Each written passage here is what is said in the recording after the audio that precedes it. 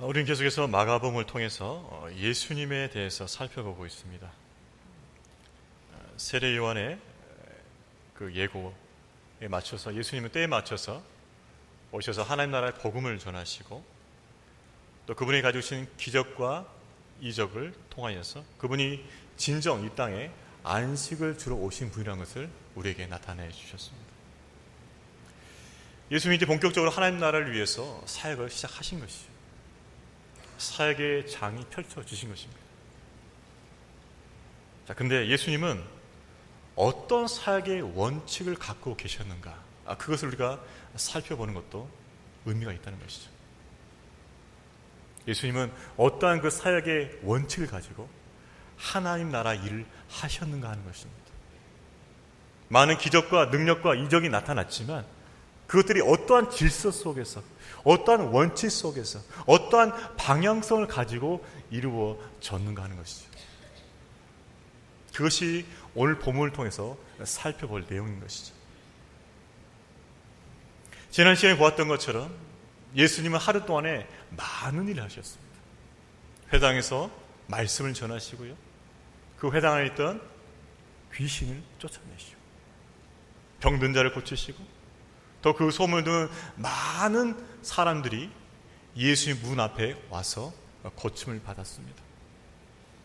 정확한 시간은 알 수 없지만 아마 밤 늦도록 예수님은 많은 환자를 고치시는데 여념이 없었을 거예요. 매우 피곤한 상태에서 잠이 들었을 것입니다. 그런데 그럼에도 불구하고 예수님은 하루의 시작을 어떻게 열었는가라는 것이죠. 우리 35절 말씀 같이 한번 읽어보겠습니다. 35절 시작. 새벽 아직도 밝기 전에 예수께서 일어나 나가 한 장으로 가사 거기서 기도하시더니. 예수님은 새벽에 일어나서 바로 기도로 들어가셨습니다. 그 전 하루가 매우 바빴습니다. 매우 힘들었습니다. 매우 피곤했습니다. 말씀 전하느라, 귀신 쫓느라, 많은 병자들 고치느라 너무나 몸과 마음이 지쳐있는 상태. 그럼에도 불구하고 예수님은 새벽에 일어나셨다는 거죠. 새벽. 이 시간은 아주 미명의 시간, 해가 떠오르지 않는 가장 짙은 어둠 가운데 있는 시간이었을 것입니다. 바로 그 시간에 예수님께서 일어나서 기도를 하셨다는 것이죠.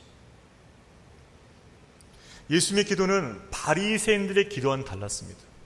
바리새인 기도는요, 보이기 위한 기도였죠. 시장 어귀에서, 큰 길가에서 자신을 존경해 주길 바라면서, 자신을 인정해 주길 바라면서 하는 그런 외식의 기도였던 것이죠. 그러나 예수님의 기도는 아무도 보지 않은 한적한 곳에 가서 은밀하게 하나님과만 교제하는 기도였다는 것이죠. 바로 그 기도를 예수님께서 하고 계시는 것이죠. 자, 그러면 우리는 여기서 한 가지 질문을 하게 됩니다. 어제 너무 수고하셨고 너무 지금 피곤하고 지쳐 있는데 왜 예수님은 그 지친 몸을 끌고 기도의 자리로 나아가셔야 했는가라는 것이죠. 왜? 좀 쉬셔도 되었을 텐데 왜 그 피곤한 몸을 끌고 기도의 자리로 나아가셨는가라는 것이죠. 그것은 하나님과의 교제 때문이었습니다. 성부 하나님과의 그 교제의 그 간절함 때문에 그 피곤하고 지친 몸을 깨워서 한적함으로 가신 것이죠. 왜 그럴까요? 그것은 하나님과의 교제가 예수님에게는 생명과 같았기 때문에 그렇습니다. 그 교제를 통해서만 하나님께 부어오신 능력을 얻을 수 있었고요. 그 교제를 통해서만 하나님의 마음을 알 수 있었고요. 그 교제를 통해서만 내 사역의 방이 어디로 가는지를 가늠할 수 있었기 때문에 그렇습니다. 그 교제가 없다면 사실 예수님은 아무것도 할 수 없어요. 그렇기 때문에 피곤하고 지친 몸을 끌고 기도의 자리로 나갔던 것입니다. 그 기도의 자리에서 하나님과 영적인 그 풍성한 교제를 통해서 새 힘을 얻으며 능력을 얻으며 지혜를 얻으며 오늘 하루 살아갈 그 방향을 결정했다는 것이죠. 여러분, 하나님과의 교제는 우리 삶에서 가장 중요한 우선순위인 줄로 믿습니다. 예수님께서 가장 중요한 우선순위를 삼아주셨다면 우리에게도, 예수님을 따른 우리 제자에게도 가장 중요한 우리 삶의 우선순위가 무엇이 되어야 될까요? 그것은 하나님과의 교제라는 거죠. 교제. 그 교제가 있을 때만 영적 삶이 가능하기 때문에 그렇습니다. 그 교제가 없으면 영적 삶이 불가능해요. 내가 사는 것 같지만, 내가 별 탈 없이 사는 것 같지만 그것은 영적 삶이 아니에요. 열매가 없어요. 왜요? 주님 안에 있지 않기 때문에 그런 거예요. 우리가 주님 안에 거하고 주님께서 우리 안에 거하실 때 열매를 맺는다고 말씀하셨습니다.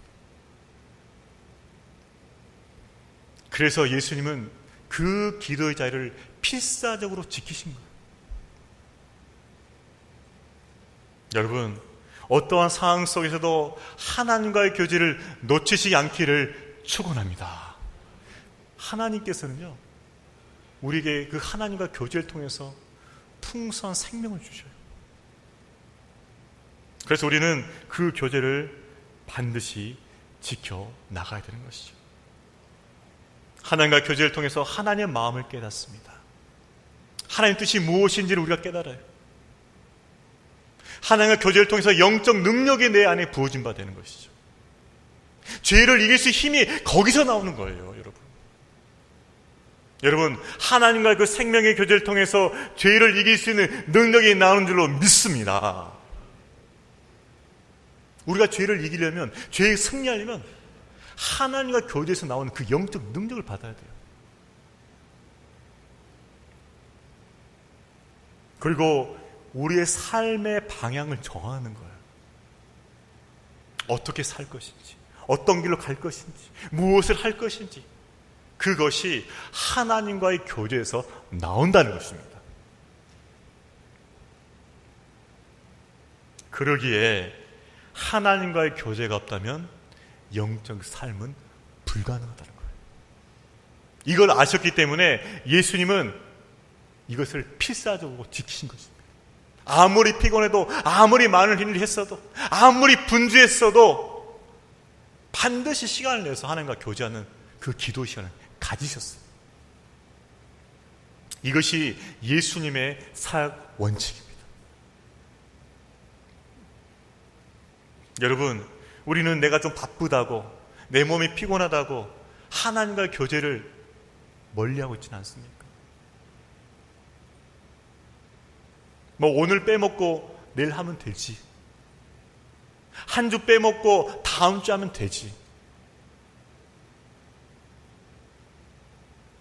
여러분, 하나님과의 교제를 쉽게 생각하지 않길 바랍니다. 그분은 그 교제를 통해서 우리에게 영적 생명을 주십니다. 그 생명을 누리려면, 풍성하게 누리려면 하나님과의 교제를 잘 붙들어야 돼요.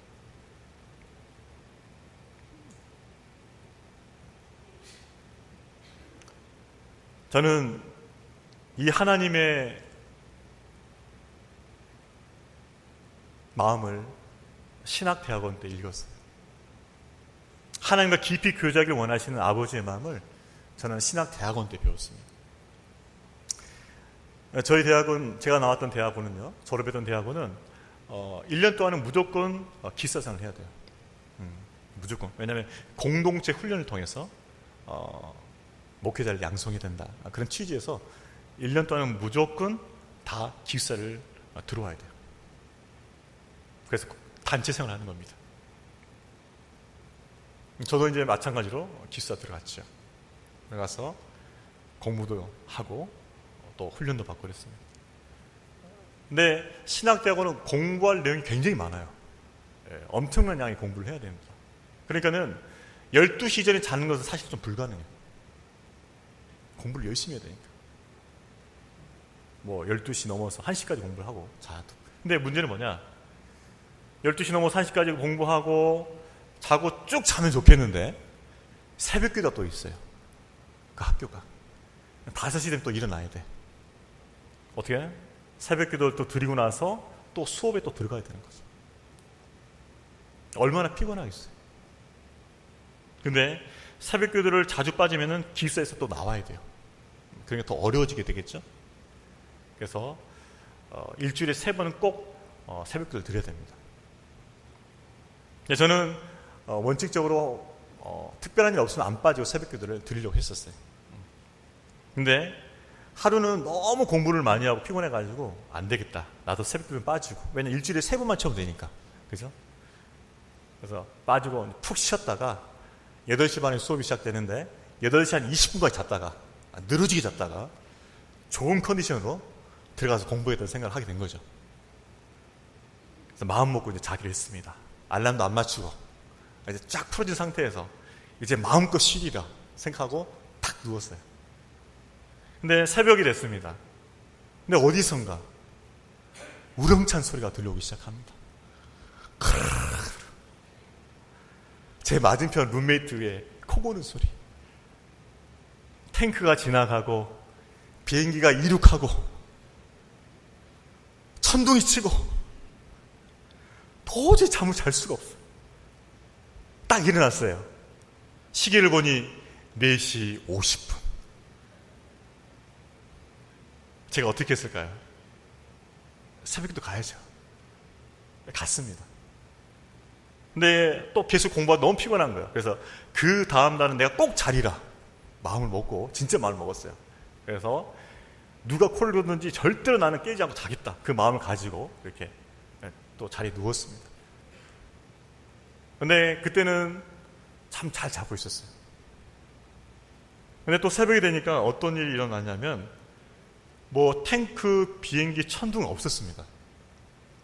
큰 소리는 전혀 없었어요. 근데 오히려 그 미세한 소리가 있었어요. 왱 하는 미세한 소리가 있었어요. 그러더니 제 팔을 모기가 딱 무는 거예요. 깜짝 놀라가지고 빠뜩 일어나서 아이 뭐지? 그랬는데 시계를 보니 4시 50분.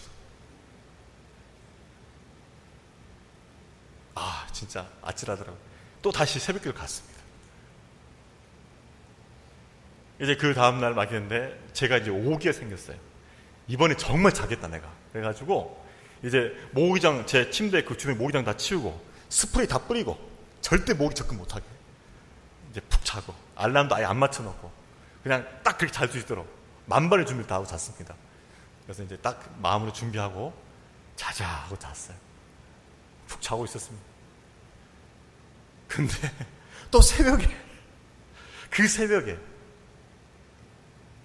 놀라운 일이 벌어졌어요. 저희 기숙사에는 4명이 한 실을 썼습니다. 4인 1실이죠. 그래서 2개의 침대가 2층 침대예요. 근데 저는 이제 2층 쪽에 있었거든요. 근데 그 기숙사에서 각 호시 들어오면은 위에 센서등이 있어요. 센서등. 그래서 들어오면은 자동적으로 켜지거든요. 근데 그거는 지날 때만 켜지는 겁니다. 근데 그 새벽에 갑자기 자고 있는데요.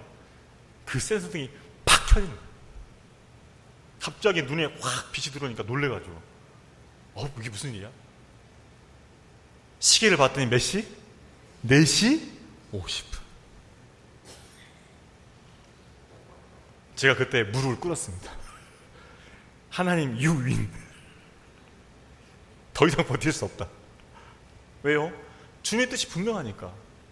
너가 아무리 피곤해도 너가 아무리 바빠도 하나님과의 교제는 놓치지 말라는 그 주님의 뜻이 너무나 분명히 있기 때문에 그렇습니다.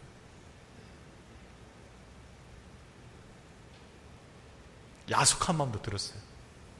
아니 공부해서 좀 피곤한데 그걸 그렇게 좀 우리 하나님 힘들어 하실까? 근데 제가 그날 센서등 켜주고 새벽기도 갔던 그날 기도하는데 하나님께서 그런 마음을 주시는 것 같아요. 얘야, 난 너와 정말 교제하고 싶어서 내가 이렇게 기다리고 있는데 너는 이렇게 피곤하다고 자꾸 나 만나는 거 거부하면 되겠냐? 그런 마음을 주시는 것 같아요. 나 너 만나고 싶은데, 나 너와 교제하고 싶은데, 나 너 축복하고 싶은데,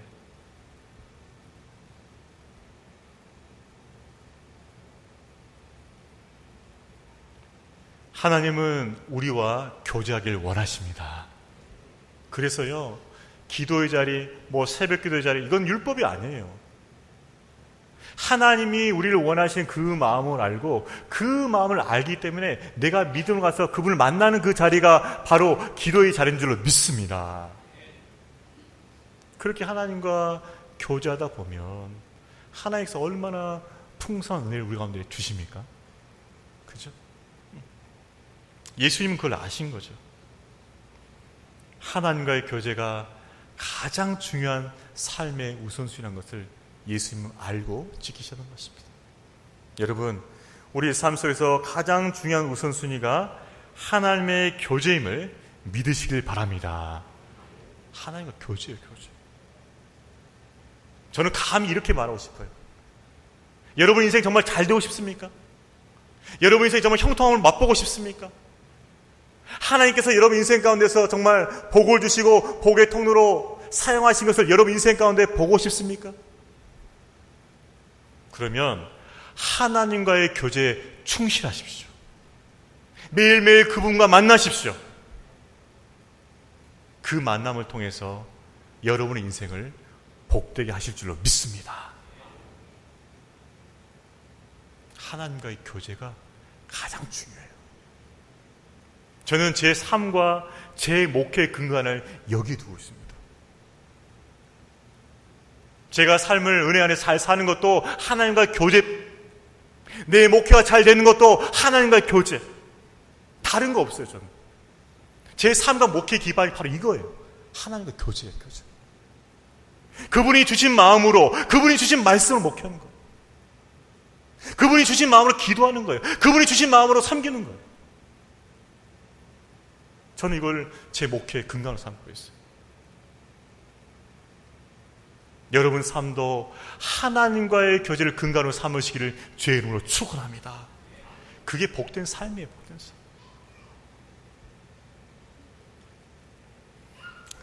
예수님은 하나님과의 교제를 통해서 영적 능력을 얻으시고 사역의 방향성을 결정하셨습니다. 하나님과 깊은 영적 교제 가운데 예수님, 그러나 그 예수님의 기도를 방해하는 일이 또 벌어집니다. 우리 36절, 37절 같이 한번 읽어볼까요? 시작. 시몬과 함이 그와 함께 있는 자들이 예수의 뒤를 따라가 만나서 이르되 모든 사람이 주를 찾나이다. 자, 베드로죠. 베드로와 그의 제자들이 예수님이 기도하는 곳까지 따라왔습니다. 그러면서 말하는 거죠. 모든 사람이 주를 찾나이다. 사실 이것은 자연스러운 반응입니다. 왜냐하면 전날에 예수님의 사역이 대단했거든요. 말씀도 권세가 있지, 귀신도 떠나가지, 각종 병들이 다 고쳐지지, 소문이 쫙 퍼진 거죠. 인근의 모든 사람이 다 알았어요. 야, 예수 그 선지자가 모든 병을 다 고친다더라. 인근에 있는 모든 환자들은 다 온 거예요, 지금. 새벽같이 온 거죠. 잠도 안 자고 온 거죠. 그 다 모여들었습니다. 그 상황 가운데서 베드로와 제자들이 예수님을 찾는 거죠. 그 인근 마을에는 예수님에 대한 그 기대감이 지금 뜨겁게 타오르고 있습니다. 아주 붐이 일어난 거죠. 자, 이런 광경 속에서 제자들의 반응은 어땠을까요? 제자들 또한 흥분의 도가니 빠졌습니다. 모든 사람이 자기 스승 예수님만 찾거든. 예수 어디니? 예수 어디니? 찾거든. 자기가 따른 스승이 그렇게 높이 칭송받고 그렇게 인기가 치솟으니까 마치 자기가 그렇게 된 것처럼 이제 우쭐대기 시작한 거죠. 야, 이제 예수님 시대에 오면서 우리 시대도 왔구나 생각한 거죠. 이제 다 된 거야. 이제 모든 사람이 예수님 찾으니까 이제 된 거야. 이제 우리 시대가 왔어. 들뜨면서 예수님 찾는 거예요. 예수님께서도 이 소식을 기뻐하시고 달려 나오실 줄 알았습니다. 그런데 예수님의 반응은 전혀 달랐어요. 38절 말씀 같이 읽어봅니다. 시작. 이르시되 우리가 다른 가까운 마을로 가자. 거기서도 전도하리니 내가 이를 위하여 왔노라 하십니다. 제자들이 그 들뜬 마음으로 예수님께 헐레부터 달려와서 모든 사람이 주님을 찾습니다라고 그렇게 고백했을 때 예수님의 반응은 굉장히 싸늘했어요. 너무나 차분했어요. 흥분이라고는 전혀 찾을 수가 없었어요. 다른 가까운 마을들로 가자. 거기도 전도하여라 하니니 내가 이것을 위해 왔더라. 너무나 톤이 차이가 많아요. 왜 그랬을까요? 예수님은 알고 계셨어요. 사람들이 몰려올 거 알고 계셨어요. 제자들이 들뜬 기대감으로 자기 찾을 거 알고 계셨어요. 그렇지만 예수님은 하나님의 뜻이 어디 있는지를 더 아셨어요. 그것은 군중의 그 환호와 군중의 그 함성과 그들의 요구에 부응할 것이 아니라 하나님께서 예비하신 영혼들을 찾아가서 그들에게 복음을 전하는 것, 바로 그것이 하나님의 뜻이라는 것을 아셨다는 것이죠. 인기에 영합하는 것이 아니라, 그 인기에 끌려다는 것이 아니라 하나님의 사명, 하나님의 그 부르심, 하나님의 그 뜻에 붙잡혀 있었다는 것이죠. 그래서 전혀 요동이 없는 거죠. 흔들림이 없는 거죠. 그저 묵묵히 자기가 가야 할 길을 가는 것이고, 그저 묵묵히 자기가 해야 할 사명을 감당하는 것이에요. 이 영성이 어디서 나왔을까요? 바로 하나님과의 깊은 교제에서 나온 것입니다. 여러분, 모든 사람이 주를 찾나이다, 이 말은요 엄청난 유혹이에요.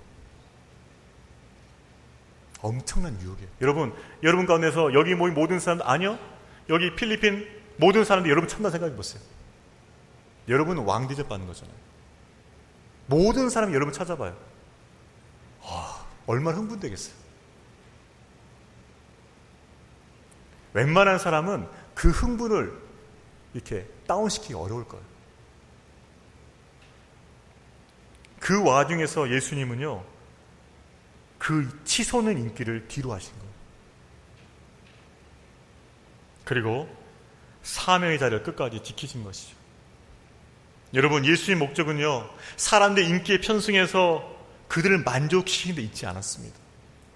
예수님이 이 땅에 오신 목적은 하나님께서 예비하신 백성들에게 복음을 전하며 그들로 구원받게 하며 하나님 나라가 이 땅에 오게 하는 것, 바로 거기 예수님의 목적이 있었어요. 그 목적을 한시도 잊은 적이 없습니다. 그 목적에서 한시도 벗어난 적이 없어요, 예수님. 그렇기 때문에 어떤 상황의 유혹곳으로 흔들리지 않고 그분의 길을 갈 수 있었던 것이죠. 여러분, 우리 삶 속에서도 모든 사람이 주를 찾나이다, 그런 유혹들이 있는 거예요. 건들기만 하면 돈복이 터지나이다, 그런 유혹이 있는 거예요. 이것만 잡으면 대박이 납니다라는 그 유혹이 있는 거예요. 저렇게만 하면은 정말 큰 성공 이룰 수 있습니다라는 그런 유혹이 있는 거예요. 그렇지만 우리를 부르신 하나님의 그 부르심이, 그 목적이, 그 사명이, 그 뜻이 내 안에 있다면 흔들리지 않는다는 거죠. 하나, 그 부르심과 목적과 사명이 내 안에 분명히 있지 않다면 우리 또한 흔들릴 수 있다는 거죠.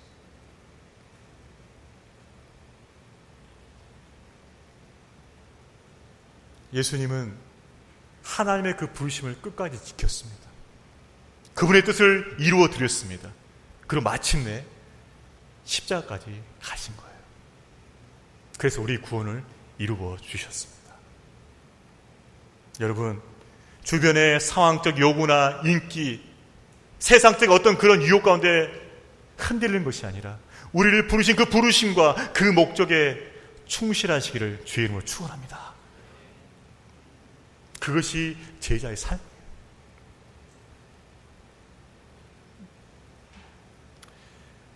혹시 여러분 양영자 선수 아세요? 양영자? 우리 젊은 친구들은 잘 몰라요, 그죠? 알아요? 양영자? 모르죠. 전설적인 탁구 여인이 있습니다. 전설적 탁구의 여왕이 있었어요. 우리나라 처음 올림픽이 언제였죠? 우리나라 개최에 88년도 올림픽이잖아요. 그 올림픽 때 마지막 결승대 중국과 붙었어요. 여자 복식. 현정화랑 양영자랑 한 팀이 된 거죠. 첫 세트는 내줬어요. 근데 두 번째, 세 번째 세트를 연거푸 이겨가지고 결국 금메달 땄어요. 엄청난 승리였습니다. 대국을 이겼거든요. 그 주역이 양영자예요. 국가적 영웅이죠. 근데 그 양영자 선수가 여러분 지금 뭐 하는지 아세요? 지금 몽골에서 선교하고 있습니다. 선교사와 결혼해가지고 지금 선교하고 있어요. 몽골에서. 그 잘 나가던 때, 금메달을 있을 때 하나님께서 그를 불러주셨어요. 그래서 다 내려놓고 그 금메달 있을 때의 그 환호와 그 대접과 그 박수를 다 내려놓고 선교 훈련을 받으러 가요. 그리고 웩이라는 선교단체에 가입을 해서 남편과 같이 몽골로 갔습니다. 교회도 개척하고 성경도 번역하고 또 탁구도 하면서 몽골 아이들 전도도 하고. 여기서는 금메달 리스트였어요. 여기서는 국가적 영웅이었어요. 근데 몽골에서는 아니었어요. 가서 고생을 무지 했습니다. 문화적 차이 때문에 고생을 엄청 했고요. 엄청난 우울감에 또 시달렸다고 그래요. 상처도 많이 받고 교회도 안 되고 굉장히 힘든 시간이 있었습니다. 근데 이분이 고백하는 게 참 감사한 게, 저는 그 과정을 통해서 비로소 선교사로서 다듬어지기 시작했습니다. 고백하시더라고요. 거기 가서 선교사로서 다듬어지기 시작했습니다. 그렇게 고백했고요. 또 이런 고백도 하시더라고요. 그 선교사를 하면서 많은 상처와 아픔을 받았는데 그 상처와 아픔 때문에 상처 있는 영혼들을 내가 섬길 수 있었습니다. 이렇게 고백하시더라고요. 여러분, 이분이요 몽골로 안 가고 여기 있었으면요 국가대용 대접 다 받는 거죠. 탁구 원로 대접 받는 거죠. 국가에서 주는 그 연금 받으면서 그냥 편하게 살 수 있는 거예요. 그러나 하나님이 부르신 그 선교지로 나아갔기 때문에 그는 이런 삶을 살게 된 것이죠. 그러나 그 삶을 통해서 그는 지금 생명의 열매를 맺고 있습니다.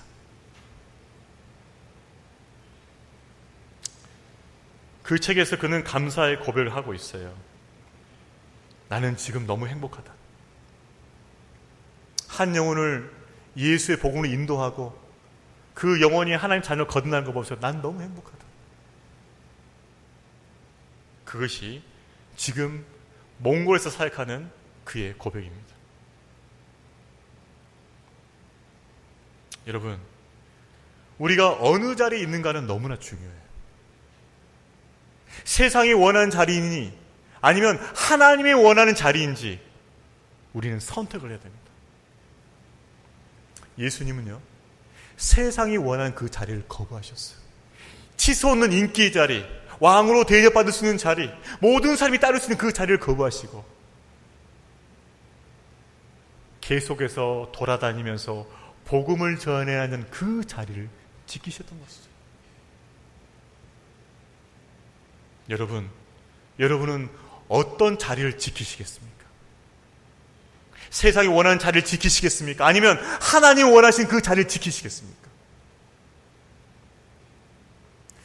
상황에 넘어지는 것이 아니라 사망을 극복하고 그럼에도 불구하고 하나님이 원하시는 그 자리로 나아가시기를 주의 이름으로 축원합니다.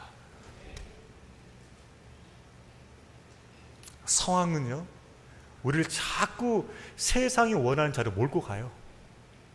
너 거기 가면 잘 된다. 너 거기 가면 대박 난다. 너 거기 가면 똥똥 살 수 있다. 너 거기 가면 대접받으면 살 수 있다. 자꾸 상황은 우리가 그러면 세상이 원하는 그 자리를 자꾸 푸시해요. 그러나 믿음 있는 우리는 그럼에도 불구하고 그 상황을 극복하고 하나님이 원하신 그 자리로 나아가야 될 줄로 믿습니다. 이 영성이에요. 이 믿음이. 이게 진짜 믿음이에요. 진짜 영성이 이거예요.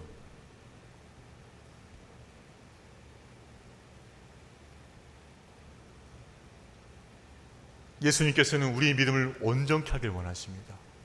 그저 상황에 끌려다니면서, 상황에 요구한 대로 그냥 순응하면서, 그저 그냥 안주하면서, 그런 믿음이 아니라, 그런 영성이 아니라 그 상황을 뛰어넘을 수 있는, 그 상황을 뒤로 할 수 있는, 그래서 하나님이 원하신 자리를 지킬 수 있는 그 믿음과 영성을 우리에게 요구하십니다. 저와 여러분이 하나님 원하신 그 자리에 나아갈 수 있기를 주의 이름으로 축원합니다. 예수님께서는 치솟는 인기를 뒤로 하고 하나님 원하신 자리, 그 복음을 전하는 자리로 계속해서 나아갔습니다. 그 과정 중에서 한 사건을 맞이하게 돼요. 바로 그것이 나병 환자를 만나는 것입니다. 우리 40절 말씀 같이 한번 읽어보겠습니다. 시작. 한 나병 환자가 예수께 와서 오래 엎드려 간구하여 이르되 원하시면 저를 깨끗하게 하실 수 있나이다. 나병 환자가 나타나는 거죠. 근데 여러분, 나병 환자에 대해서 우리가 좀 알아야 될 게 있어요. 예전에는 문둥병자, 예전 버전은 문둥병자로 표현한 것입니다. 나병 환자는 어떤 사람들이냐면은 심각한 질병이죠. 피부가 썩는 거잖아요. 근데 나병 환자는 그 당시 유대인 사회에서는 어떻게 인식되었냐면 이건 저주받은 병이에요. 그러니까 하나님께 진노하셔서 저주받아 생긴 병이 이 나병인 거예요. 그래서 이 사람들은 공동체 안에 못 들어옵니다. 반드시 밖에 있어야 돼요. 자기네들끼리만 있어야 돼요. 들어오면 절대 안 돼. 들어오면 돌 맞아요. 이 사람들은 절대 들어올 수가 없어요.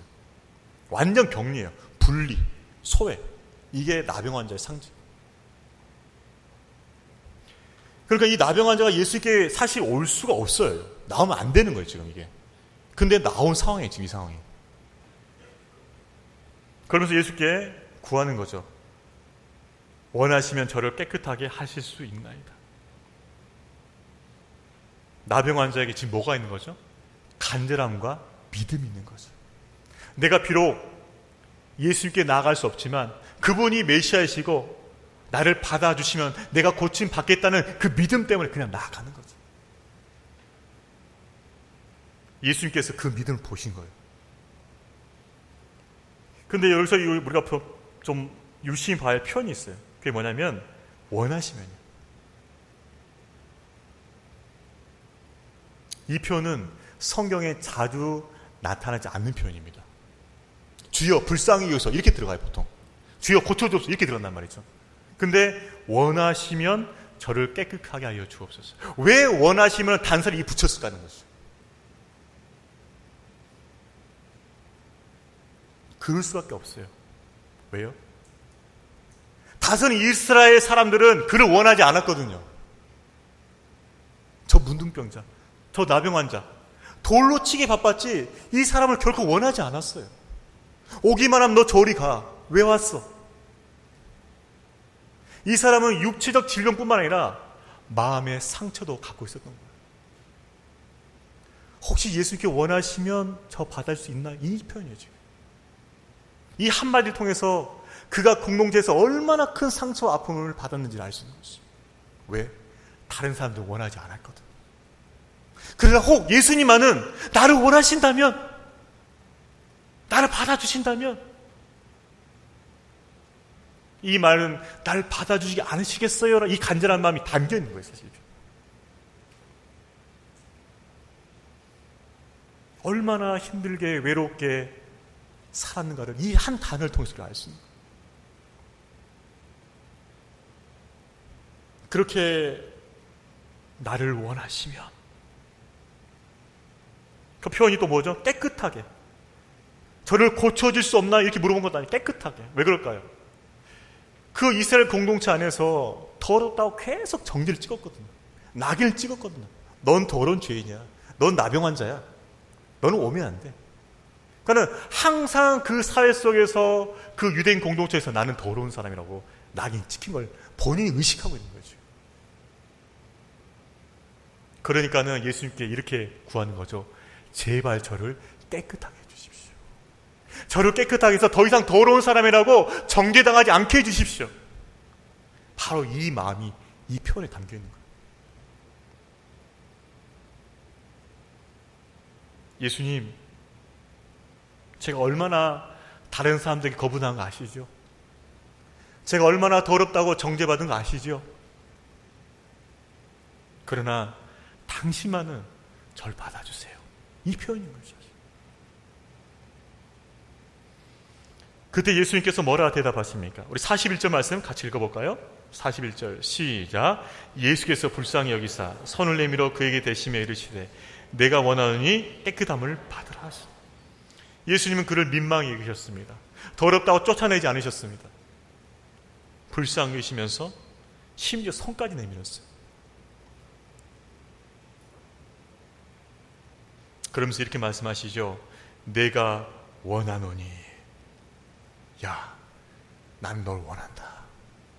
난 널 전적으로 받아들인다. 너는 내 자녀다. 예수님은 그 나병 환자의 마음을 아신 거예요. 그래서 정확하게 이 표현을 쓴 겁니다. 내가 원하노니, 난 널 정말 원해. 난 너 정말 너를 낫게 하고 싶어. 난 정말 너를 구원하고 싶어. 그 애정을 그 영혼에게 부어주는 거예요. 그래서 그의 몸을 고치기 전에 뭘 먼저 고쳤을까요? 그의 상한 마음을 먼저 고치신 거예요. 그리고 나서 그의 몸을 고치신 거죠. 여러분, 예수님은 우리의 몸을 고치실 뿐만 아니라 우리의 상한 영혼까지도 고치시는 하나님이신 줄 믿으시길 바랍니다. 예수님은요, 그 육신의 피로만 보신 게 아니에요. 그 영혼의 상처, 아픔, 깨어짐, 그걸 다 보신 거예요.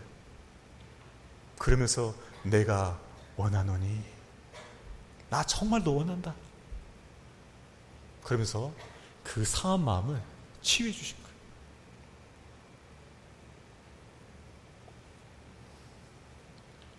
예수님께서 이 치유 사역을 벌이고 계셨을 때 그 주변에 있는 사람들은 이 광경을 어떻게 보았을까요? 예수님 저러면 안 되는데. 저 나병 환자인데. 저 저주받은 사람인데. 저렇게 하면 예수님 더러워지는데.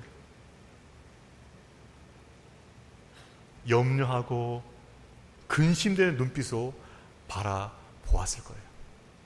그러나 예수님은 전혀 개의치 않습니다. 왜요? 한 영혼의 구원이라면 그것을 개의치 않는 거예요. 바로 그것이 예수님의 사역의 원칙이었어요. 한 영혼이라도 구원할 수 있다면 개의치 않는다는 거예요.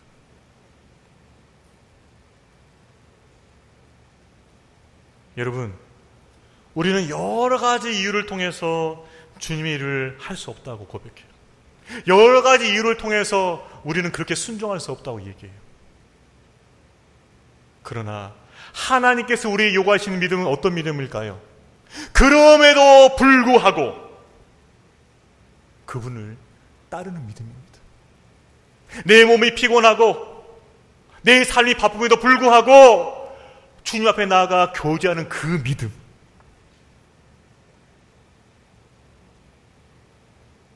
주변에 그 세상의 유혹이 나를 끌고 가고 할 때 그럼에도 불구하고 그 사명의 자를 지키는 그 믿음. 내 안에 일어나는 어떤 인간적인 그런 불만과 불만족과 그런 변명과 핑계가 일어남에도 불구하고 한 영혼을 향한 그 마음으로 나아가는 그 믿음. 그 믿음을 우리에게 요구하고 있습니다. 그 믿음과 영성을 가지라고 말씀하고 계십니다. 저와 여러분에게 그럼에도 불구하고 그 영성과 믿음이 있기를 주의 이름으로 축원합니다. 여러분, 연어의 생일을 아시죠? 연어는 상류에서 나와서 하류로 내려옵니다. 이제 분량이 자랐어요. 이제 새끼를 낳을 때 됐어요. 하지만 절대 하류에서 낳는 법이 없습니다. 연어는 어디로 가죠? 자기가 태어났던 상류로 반드시 가야 돼요. 거기서 알을 낳습니다. 하나님께서 그 본능 가운데 지혜를 주셨기 때문에 거기 추적해서 갈 수가 있어요. 근데 그 과정이요, 순탄치가 않아요. 왜죠? 당연히 상류에서 하류를 내려왔으니까 하류에서 상류로 올라가면 어떻게 돼요? 거슬러 올라가야 되거든요. 쏟아지는 그 물살을 맞으면서 올라가야 돼요. 제대로 한번 맞으면 또 떨어지는 거예요. 포기하지 않아요. 다시 또 치고 또 올라가요. 그렇게 치고 끝까지 올라가다 보면 자기가 태어났던 그 상류에 딱 도착합니다. 그리고 거기서 알을 낳아요. 이게 그럼에도 불구하고 그 영성이에요. 상황에 밀리는, 상황에 쫓기는, 상황에 이끌리는 그 믿음이 아니라 상황을 뛰어넘는 그 믿음, 연어 같은 그 믿음, 그 영성, 그것이 하나님께서 우리에게 요구하는 그 믿음과 영성이라는 것이죠. 여러분, 예수 그리스도를 믿어 말미암아 우리에게 믿음이 주어졌습니다. 그러나 그 믿음은 정체되는 것이 아니에요. 믿음은 자라야 돼요. 성장해야 돼요. 성숙해야 돼요. 더 온전하게 되어져야 돼요. 근데 그 온전해진 그 믿음의 특성이 뭐냐? 상황에 끌려다는 것이 아니라 상황을 극복하는 믿음이라는 거예요. 그 믿음, 그 온전한 믿음으로 나아가시기를 주의 이름으로 축원합니다. 하나님께서는 우리에게 그 믿음을 요구하셔요. 우리 삶에 처해 있는 어떤 문제로 말미암아 두려움에도 불구하고 내가 낮아질 그 상황 가운데서 내 자존심과 내 삶의 어떤 지위가 낮아짐에도 불구하고 내가 어떤 일을 순종하게 나갔을 때 내 삶이 더 힘들 거 뻔히 알지만 상황이 힘들어짐에도 불구하고 내가 믿음으로 가는 거예요. 그것이 그럼에도 불구하고의 영성인 것입니다. 우리 만일 한인연합교회 우리 모든 성도님들은 이 믿음으로 온전케 되기를 주의 이름으로 축원합니다. 이 믿음으로 세상을 이기는 거예요.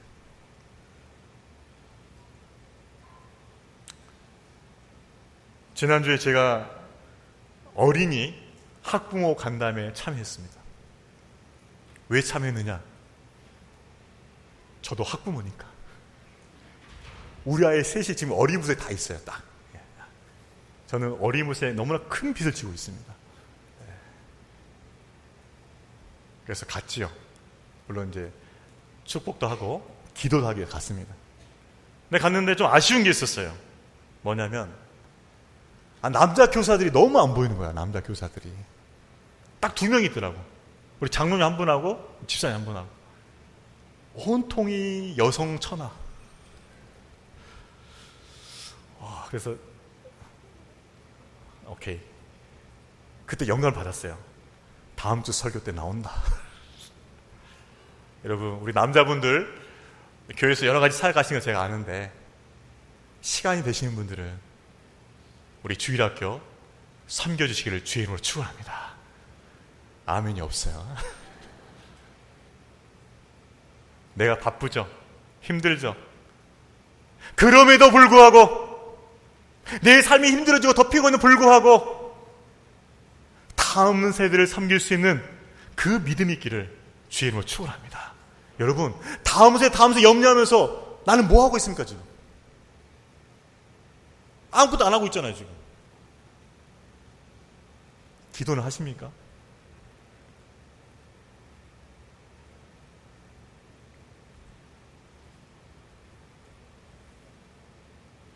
그럼에도 불구하고 하나님 원하시는 자리, 하나님 부르시는 자리, 그 자리에 나가서 주님과 함께 주의를 이루어가는 저와 우리 모든 성님 되시기를 주의 이름으로 축원합니다.